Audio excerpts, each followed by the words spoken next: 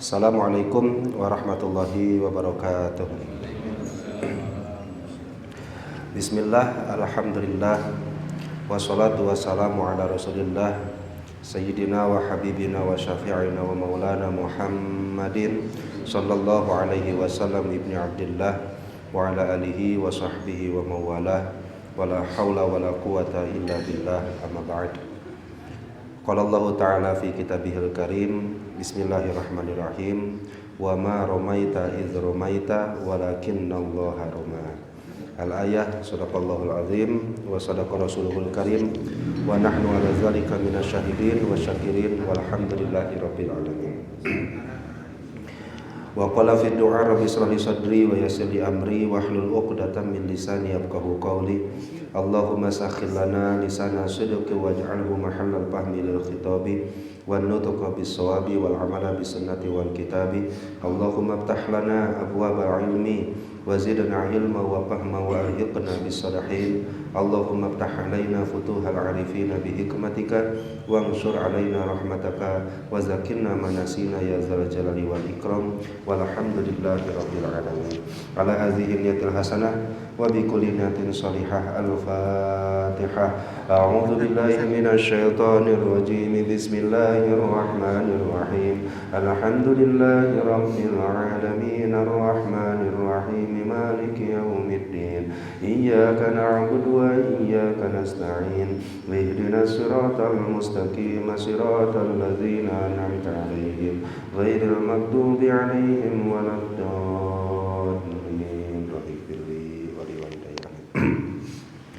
Bismillahirrahmanirrahim. Qala mu'allifu hadzal kitab Syahidna Athaillah Sakandari rahimahullahu ta'ala wa nafa'ana bihi wa bi 'ulumihi wa 'ala alaina min barakatihi wa karomatihi fid dharaini amin ya Allah ya rabbal alamin. Nurun yakshifu laka bihi an asarihi wa nurun yakshifu laka bihi an awsafihi. Insyaallah kita lanjutkan membaca hikmah, untayan-untayan hikmah dari kitab Syekh Ibnu Athaillah Sakandari, yang mana pada hikmah yang 100 ke-51 ini bunyi hikmah tersebut adalah nurun yakshifu laka bihi an awsarihi, adalah cahaya yang bisa terbuka untukmu dengan cahaya tersebut tapak-tapak jejak-jejak Allah Subhanahu wa taala. Wa nurun, dan cahaya nur yakshifu laka bihi, yang terbuka untukmu dengan cahaya tersebut an awsafihi, sifat-sifat Allah Subhanahu wa taala.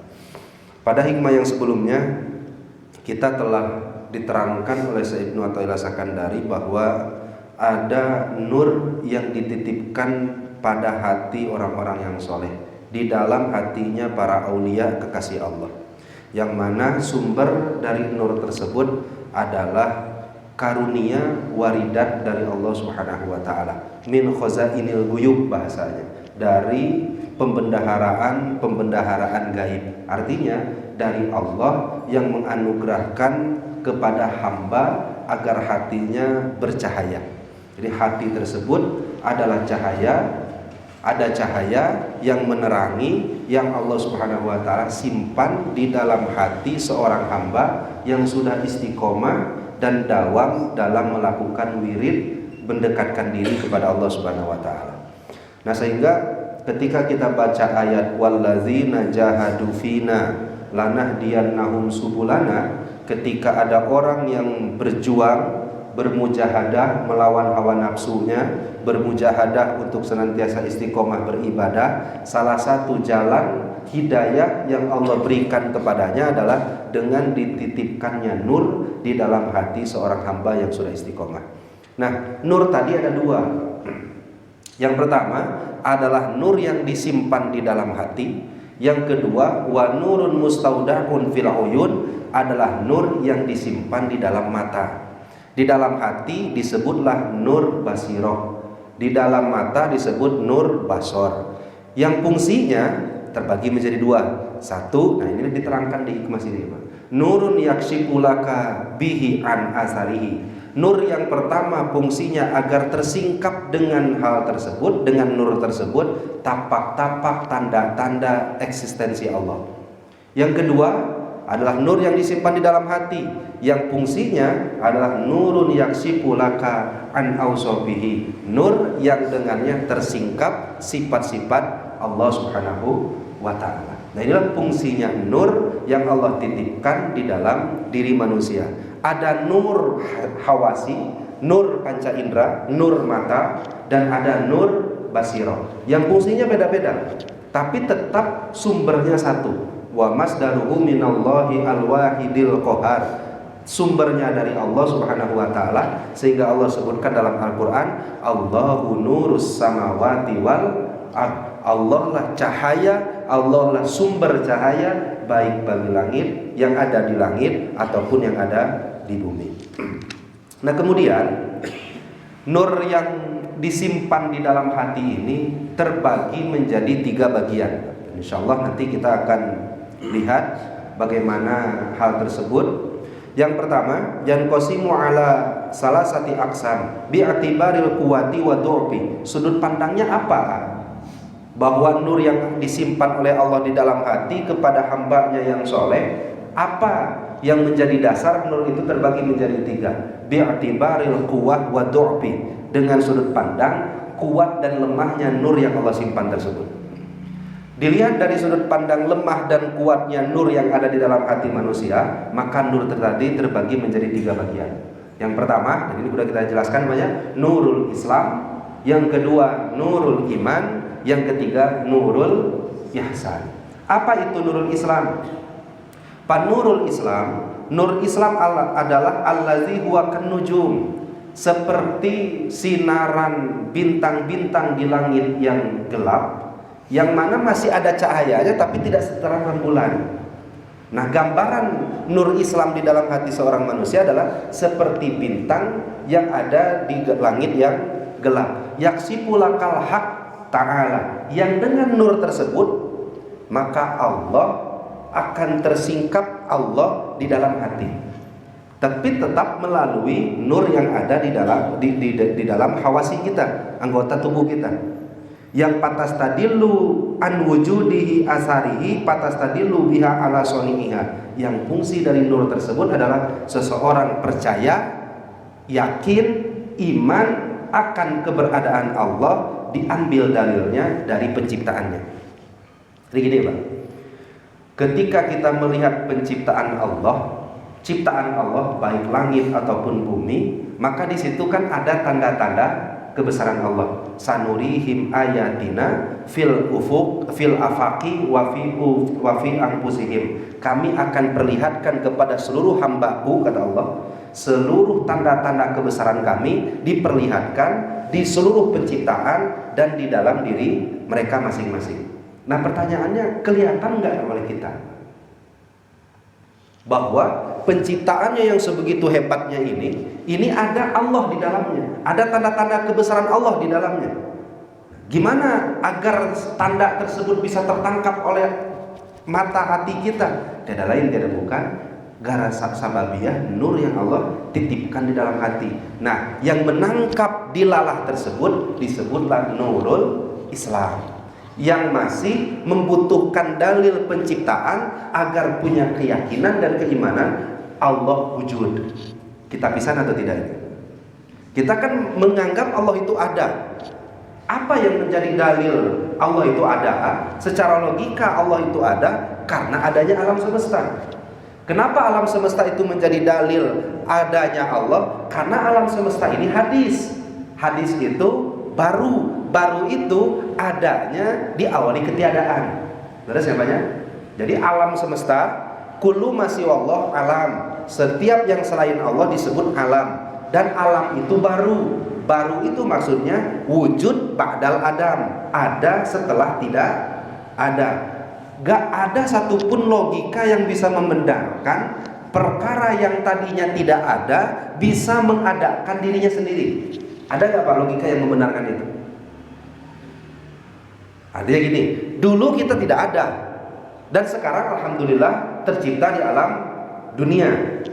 Dulu-dulunya pisan nenek moyang kita nggak ada, kemudian terciptalah di alam dunia. Bisa nggak logika menerima bahwa orang yang pertama kali hidup di alam dunia mengadakan dirinya sendiri dari ketiadaan? Tidak ada. Nggak ada satupun logika yang bisa menerima itu. Nah, sehingga hati kita, akal kita bisa menangkap bahwa adanya manusia butuh akan adanya pencipta. Dan pencipta itu adalah Allah Subhanahu wa ta'ala. Dan semuanya bisa mengerti ini, bukan logika kita saja yang menangkap ini, logika orang yang non-Islam pun sama. Tetapi masalahnya, apakah dengan mengetahui logika yang seperti ini mereka langsung dapat hidayah? Enggak. Nah, tapi bagi kita yang menangkap logika tersebut, sehingga di dalam hati mulailah muncul keimanan bahwa tiada Tuhan selain Allah, yang menciptakan alam semesta adalah Allah, maka itu adalah sababiah nur yang Allah titipkan di dalam hati yang disebut dengan nurul Islam. Sampai sini bisa dipahami. Kan Bapak lihat banyak ilmuwan-ilmuwan yang menemukan fakta-fakta yang luar biasa yang didapati di dalam Al-Quran, kemudian faktanya baru terbukti sekarang. Hidayah katampi henteu, ada yang mampi, ada yang henteu. Nah, pertanyaannya, kenapa hidayah tersebut tidak masuk ke dalam relung jiwanya? Karena yang nggak ada nur tadi. Nah, sehingga kita yang sekarang sudah percaya, kita yang sekarang sudah yakin, dan sekarang yang alhamdulillah sudah muslim, berarti ada cahaya pada hati. Ada yang disebut dengan nurul Islam. Seminimal-minimalnya, setelah nurul Islam tadi yang ya walaupun kecil lah, tapi alhamdulillah ya cahayaan. Yang kata Rasulullah, "Man kana fi qalbihi dzurratun minal iman." Ada orang yang hatinya nyempil satu buah zarrah dari keimanan kepada Allah, maka insya Allah itu yang bisa menyelamatkannya masuk surga. Walaupun nyempil. Nah, akhirnya seminimal-minimalnya setelah kita memeluk Islam, fungsi dari nur tadi apa? Fungsi dari nur tersebut adalah ketika kita melangkah jauh dari Islam, nur tadilah yang membuat hati kita gerah, hati kita gersang, hati kita terketuk ingin kembali kepada Allah, hati kita sakit ketika melakukan kemaksiatan, jiwa tidak tenang, dan lain-lainnya. Bapak tanyakan saja orang-orang yang sudah istiqomah dan dawam berbuat maksiat, tanyakan aja ke hati mereka. Tentu bicara dari hati ke hati, tenang hidupnya. Ada orang yang sudah dawam istiqomah, pokoknya marajana ya, 12 pan kemaksiatan tuh beres, khatam dia lakukan. Tanyakan aja, tenang nggak hati? Enggak. Nah, sehingga kalau kita mentafakuri ayat Allah, ya ayat Tuhan nafsul mutmainnah. Saya ingat ketika ngaji dulu sama guru di Bunten, bahwa nafsul mutmainnah itu Allah dipanggil setelah meninggal atau sebelum meninggal. Seseorang dirinya disebut nafsul mutmainnah setelah meninggal atau sebelum meninggal. Kan dawuhan Allah dalam Al-Quran, ya ayat Tuhan nafsul mutmainnah irji'i ila rabbiki radiyatan mardiyah fadkhuli fi ibadi wadkhuli jannati. Ya, kita pakai nurul Islam dan kita mari sini, Pak. Wahai jiwa-jiwa yang tenang, yuk kembali ke Tuhan. Nah, ketika nanti kita meninggal, udah pantas belum kok Allah disebut jiwa-jiwa yang tenang? Atau masih gelisah baik setiap hari kita? Minimal orang teh udah tenang hati itu dengan beribadah kepada Allah. Nah, kata Kiai di Punten, apa sih tugas santri? Apa sih tugas orang-orang yang sekarang menjalani kehidupan di dunia? Mencari ketenangan hidup, mencari hidup yang tenang sebelum dipanggil ku Allah, irji'i ila rabbiki. Nah, ketika irji'i ila rabbiki, fadkhuli fi ibadi wadkhuli jannati. Ini pun jadikan dalil, masuklah dalam golongan hambaku dan masuklah ke dalam surgaku. Jadi masuk surga dulu atau masuk dulu kategori hamba Allah? Kalau enggak ada titel Abdullahnya mah enggak akan bisa wadkhuli jannati. Kapan masuk? Fadkhuli fi ibadi, masuklah pada golongan hamba-hambaku dan masuklah ke dalam surgaku, masuk dulu golongan hamba atau surga dulu, Pak? Golongan hamba. Berarti tugas kita satu, jiwa itu udah tenang atau belum? Yang kedua, ketika nanti dipanggil ku Allah, mau masuk kelompok hamba Allah yang mana kita teh? Emang hamba Allah teh yang mana wae gitu? Banyak. Hamba Allah yang diberi nikmat syukur berarti Abdullah Asy-Syakirin, Ibadullah Asy-Syakirun, hamba-hamba Allah tukang syukur. Nah, ini kelompoknya kamu di sini, tukang syukur. Ada juga orang Abdullah As-Shaimun. Nah, kamu mah tukang puasa. Nah, kira-kira nanti kalau kita sudah dipanggil ke Allah, kita masuk kelompok mana? Nah, sehingga tentu tugas kita adalah satu, menjalankan ibadah kepada Allah sampai benar-benar ketenangan jiwa kita raih. Yang nanti tugas selanjutnya adalah kita istiqomahkan satu ibadah, gak usah banyak-banyak, satu ibadah saja, tapi sing istiqomah. Berarti yang saya maksud adalah yang sunat banyak, bukan yang wajib. Jadi kalau bapak ngobrol, saya alhamdulillah maghrib sudah istiqomah, gak perlu istiqomah itu bapak, karena maghrib sudah wajib. Atau bapak saya alhamdulillah Ramadan sudah istiqomah, nggak perlu ngobrolin istiqomah Ramadan karena Ramadan puasanya wajib. Arti yang dimaksud di sini adalah nilai sunnah yang sudah kontinu dan istiqomah dilakukan seakan-akan hal tersebut wajib, sehingga Allah layak memberikan kita predikat hamba Allah dalam ibadah tersebut. Nah, sehingga itulah yang dimaksud dengan nurul Islam. Dan saya yakin dan husnudzon kepada Allah, Allah berikan nur tersebut ke dalam hati-hati kita semuanya. Amin ya Allah ya Rabbal Alamin. Tapi nanti ada puncaknya, Pak. Berarti bidayahnya nur tersebut pada mulanya adalah meyakinkan, menyebabkan seseorang yakin, percaya, iman kepada wujudnya Allah Subhanahu wa Ta'ala. Nah, kemudian wa nurul iman, adapun nur iman naik di atas itu. Nah, ini kan terbalik dari fikih ya. Kalau fikih kan iman dulu baru Islam. Kan nggak mungkin ada orang Islam tapi nggak iman. Benar siapanya? Kalau di dalam ilmu tasawuf Islam dulu baru iman. Kalau di fikih iman dulu baru Islam. Tapi nggak puyeng ya Pak ya? Nggak usah puyeng. Ikut-ikut PLH atas lah. Nah, sehingga kalau Islam itu dalam ilmu fikih adalah setiap ibadah zahir, dalam ilmu fikih juga. Kalau dalam ilmu fikih iman itu adalah setiap ibadah yang hubungannya dengan batin. Dalam ilmu fikih ibadahnya batin dulu atau zahir dulu? Iman itu ibadah zahir atau ibadah batin? Batin. Makanya nggak mungkin ada orang sholat tapi nggak percaya ke Allah. Lalu siapanya? Tapi dalam ilmu tasawuf iman itu bukan itu yang dimaksud, bukan percaya ke Allah yang dimaksud iman itu. Nah, jadi nurul iman itu apa tuh? Nurul iman adalah alladzi huwa kal qamar. Dalam ilustrasi cahaya di langit yang gelap, dia ibarat bulan purnama yang terang benderang. Nah, ini udah besar Pak cahaya. Yang mana?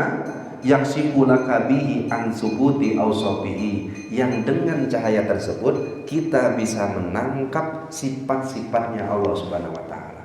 Kenapa sih dibahasakan cahaya? Gini Pak, kita punya basiroh, punya mata. Mata itu tak akan bisa menangkap kalau tak ada nurnya. Kita punya mata dohir yang disebut basor. Basor saja kalau tak ada cahaya bisa nggak menangkap satu objek? Gak bisa. Berarti cahaya kita, mata kita butuh cahaya atau tidak? Karena mata dohir butuh cahaya yang bersifat dohir juga, maka basiroh pun butuh nur yang berasal dan bersumber dari Allah juga. Sehingga objek yang dilihat oleh nurul iman itu apa? Basiroh kita itu akan melihat apa? Sifat-sifatnya Allah Subhanahu wa Ta'ala. Artinya pala yataharraku sayun, sesuatu tak mungkin bergerak, au yaskunu, atau sesuatu tak akan mungkin diam, illa tarahu bi qudratillah, kecuali hatinya menangkap semua itu dengan kekuasaan Allah. Wa iradatihi, semua itu semua dengan kehendak Allah. Wa ilmihi wa hayatihi, dan semua itu sebabnya sifat ilmu dan hidupnya Allah Subhanahu wa Ta'ala. Kita bergerak, hatinya menangkap bahwa ini sebab kudrat iradat Allah. Kalau kita makan nggak nangkap Pak itu. Adapun tertangkap hanya sebagian waktu yang pernah kita alami. Jadi di masa sulit atau di masa senang-senang pisan, baru kita mengakui bahwa apa yang terjadi di dalam hidup kita ini bi qudratihi wa iradatihi. Tapi ketika kita sholat, jarang hati kita menangkap bahwa seluruh gerakan yang kita lakukan, ucapan yang kita lantunkan, semuanya bi qudratihi wa iradatihi, dengan kekuasaan dan kehendak Allah Subhanahu wa taala. Padahal kita sama kafir sama orang kafir kan sama. Sama apa? Sama-sama makhluk Allah. Maka suatu saat ketika Allah Subhanahu wa taala menghendaki kita keluar Islam, bisa atau tidak? Bisa. Orang yang non muslim ketika Allah kehendaki masuk Islam, bisa atau tidak? Bisa. Berarti muslimnya kita ini sekarang ini bi qudratina, dengan kehendak kita atau dengan kehendak Allah? Tertangkap tidak di dalam hati kita? Nah, perasaan yang batin terselimuti dengan apa yang terjadi dengan kekuasaan Allah ini bisa tertangkap oleh nur yang disebut dengan nurul iman. Mudah-mudahan kita pun berada di level ini. Nah, kemudian ada satu lagi Pak, wa nurul ihsan. Nah, ini ada berat Pak. Yaitu yakshifu laka bihi an haqiqati dzatihi fala taru syai'an illa ra'aita sani'ahu fihi biwasitati tajalliyatihi, yaitu nur yang dengannya tersingkap zatnya Allah. Kita tak melihat sesuatu kecuali di sesuatu itu ada Allahnya. Ini susah diterangkannya. Nah, sampai banyak siapa itu Al-Halaj menyebutkan ana al-haq. Kumaha cara kebenaran? Enggak boleh. Omongan orang-orang yang sudah di makam-makam kayak gini, omongan orang yang sudah semuanya yang mereka lihat adalah zat Allah, maka nggak bisa kita hukumi untuk kehidupan sehari-hari, dan tak bisa juga kita pakai syariat dalam berhukum, dan nggak bisa juga kita menjadikan panutan untuk berguru, nggak bisa. Nah, sehingga orang-orang yang di makom ini apakah sudah puncaknya? Enggak. Orang-orang di makom ini belum puncaknya. Adakah suatu ketika Rasulullah SAW fana dengan keadaannya? Ada. Adakah? Nah, nanti fana itu kita akan jelaskan dulu Pak, sebelum kita jatuhkan contohnya. Tapi dari sini bisa dipaham dulu Pak. Nurul Islam, nurul iman, nurul ihsan. Islam di dalam hati seseorang akan terbuka dengannya kewujudan Allah. Iman yang ada di dalam hati seseorang akan terbuka dengannya sifat-sifat Allah. Ihsan di dalam hati seseorang, maka nur tersebut berfungsi agar tersingkap baginya zat Allah Subhanahu wa ta'ala. Maka Rasul sering mengajarkan kita la haula wa la quwata illa billah. Nah, ini pertanyaannya gini Pak.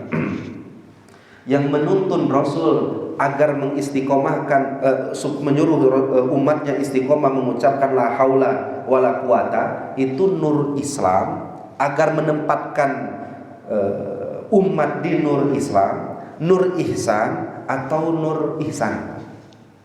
La haula, tidak ada daya perubahan keadaan dari satu keadaan menjadi keadaan yang lain. Wala quwata, tidak ada kemampuan, kekuatan, usaha untuk mendatangkan sesuatu yang tidak ada atau mentiadakan sesuatu yang ada, kecuali sebab Allah Subhanahu wa ta'ala. Islam, iman, ihsan.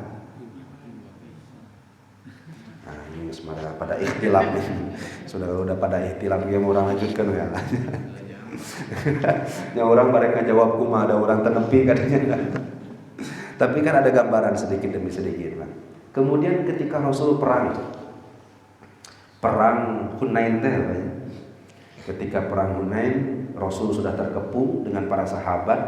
Akhirnya Allah Subhanahu wa ta'ala memerintahkan malaikat Jibril untuk Rasul mengambilkan satu genggam kerikil, batu-batu kecil dari satu lembah. Diperintahkanlah mangnya Ibnu Abbas, punten panyandakeun satu genggam kerikil dari lembah mana. Diambilkan oleh Sayyidina Abbas. akhirnya dikasih ke Rasulullah. Ketika terkepung tersebut dibalang kanjeng Rasul, diaur, akhirnya Rasulullah SAW dari aurat tersebut menyebabkan semua mata orang-orang yang mengepungnya kelilipan. Akhir dari sababiah itu muslimin yang tadinya terkepung dapat mengalahkan golongan kafir. Di akhir dari perperangan tersebut Rasul mengatakan, ini saya baca dari tafsir Al-Qurtubi, ketika Allah dahulu dalam surat Al-Fat ayat yang pertama, nanti Bapak baca saja di tafsir Al-Qurtubi, riwayatnya disebutkan bahwa Rasul di akhir mengucapkan, andaikan bukan aku yang melemparkan kerikil itu, maka muslimin yang ada saat ini meninggal semua. Kan itu tegur Allah, tegur. Turunkan ayat wa ma romaita id romaita walakinnallaha roma. Yang kamu balang itu, kamu tidaklah melemparkan hal tersebut ketika kamu lempar, tetapi yang sesungguhnya melempar adalah Allah. Ini nur Islam, nur iman, nur ihsan. Pokoknya mana ya. Kalau kita nggak ngaji kayak gini, baca tafsir kayak gitu, sepuyeng lah atas lah. Nah artinya Allah sendiri yang menyebutkan ketika kamu lemparkan itu, maka bukan kamu yang lemparnya, tapi yang melemparnya adalah Allah. Berarti spiritualnya kanjeng Rasul dinaikkan darinya Islam menjadi iman, yang dari iman menjadi ihsan. Ada juga ulama yang menyebutkan bukan ke perang Hunain itu mah, ke Nabi Musa itu mah. Ketika Nabi Musa ngebalangkan tongkatnya, yang tongkatnya tersebut bisa jadi ular, tongkatnya tersebut bisa membelah lautan, maka dikabarkan oleh Allah kepada Rasul, wa ma romait, kepada Nabi Musa, wa ma romaita id romaita walakinnallaha roma. Musa ulah bangga, kamu ngalungkeun tongkat bisa jadi orai, kamu ngalungkeun tongkat belah lautan, bukan kamu yang ngabalang, tapi Allah. Tapi sejati maknanya sama, bahwa Allah mengajarkan kepada hambanya, salah satunya nabinya, rasulnya, bahwa apa yang terjadi di dalam hidupmu bukan sebabmu, tapi sebabku. Berarti yang dituntun adalah semua afal kita, pekerjaan kita, semuanya berasal dari Allah. Sampai sini bisa dipahami. Nah maka kita baca lagi sedikit demi sedikit. Panihayatu kashful nuril anwar, maka puncak bagi orang yang ketika dia meresapi nur-nur keislaman yang ada di dalam hatinya, al-panahu bil af'al, panah dalam af'al. Panah bil af'al itu apa? Gampangnya gini, Pak. Panah itu artinya binasa, af'al itu pekerjaan. Artinya pekerjaannya telah binasa dalam pandangan batinnya. Bapak jalan bukan menang Bapak, menang Allah. Bapak bergerak bukan menang Bapak, menang Allah. Bapak melempar bukan menang Bapak, tapi menang Allah. Andaikan itu yang terselimut dalam batin kita, maka disebut panah bil af'al. Sampai sini bisa dipahami. Nah kemudian nur yang kedua, panihayatunu kasfi nuril asani al-panahu bis sifat. Ada nur yang kedua, yaitu nurul iman, semakin teresap di dalam hati seseorang, semakin benderang, maka puncaknya adalah seseorang akan terbuka panah bisifat. Tenang deh, panah bisifat deh. Kalau tadi panah bil apal leburnya semua pekerjaan, panah bisifat leburnya semua sifat yang ada di dalam dirinya. Artinya ketika Bapak bisa melihat, maka melihatnya Bapak sebab melihatnya Allah. Ketika Bapak bisa mendengar, maka sebab mendengarnya Bapak sebab Allah yang maha mendengar. Ketika Bapak diberikan rezeki yang banyak, sebab al-ghaninya Allah. Ketika Bapak diparin ilmu yang sempurna yang banyak, mereka meyakini dalam hati bahwa itu sumbernya adalah alimnya Allah.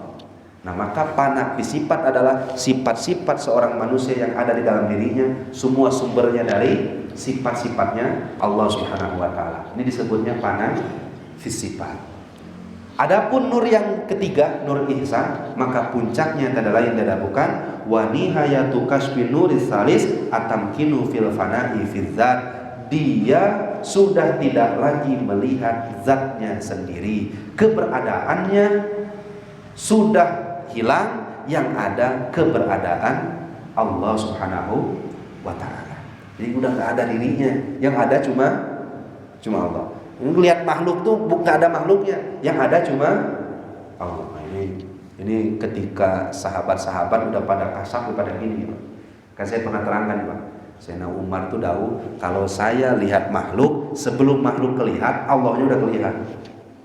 Sayyidina Abu Bakar lihat Sayyidina Utsman tahu saya lihat makhluk, ketika lihat makhluk Allahnya kelihatan. Sayyidina Ali bilang saya lihat makhluk, sebadanya saya lihat Allah. Hai kita kumaha? Saya marek sampe merek eukeur atau geus eueuh we Allah nanti. Nah kita jadi nggak ada satupun makhluk yang bisa nyampaikan Allah ke dalam hatinya. Memang kita bukan berada di level nurul ihsan. Sampai sini bisa dipahami banyak.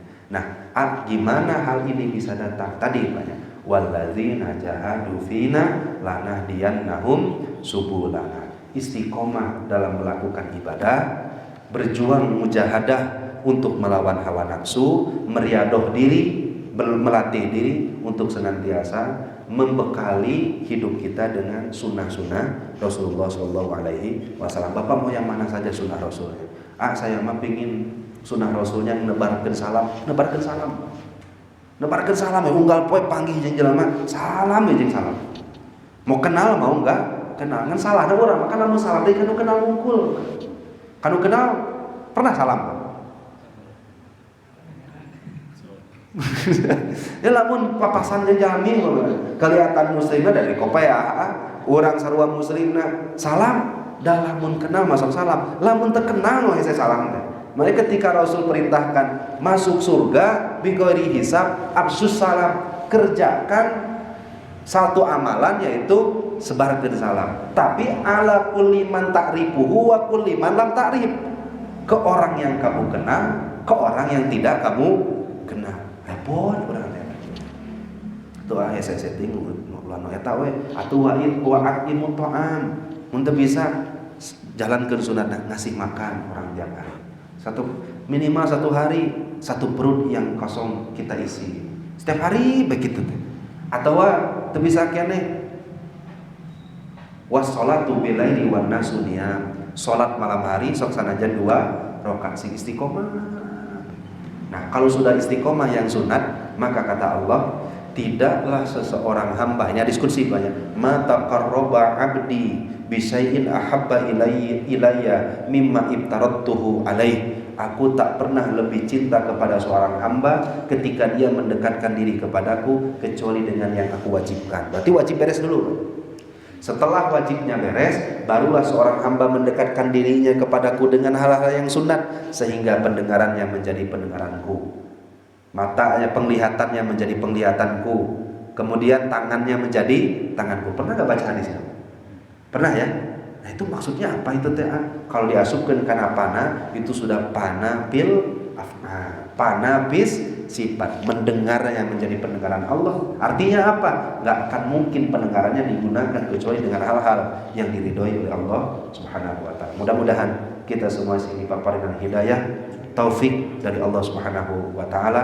Keislaman kita Allah jaga, keimanan kita Allah tingkatkan, dan Allah terangkan hati kita dengan nur-nurnya Allah Subhanahu wa ta'ala. Amin ya Allah ya rabbal alamin. Panginten sakitu Pak yang bisa disampaikan, mudah-mudahan sing ada manfaatnya. Mangga dari guru-guru, dari sepuh-sepuh yang lain apabila ada tambahan, mangga, atau mungkin ada sedikit hal yang bisa kita diskusikan, mangga.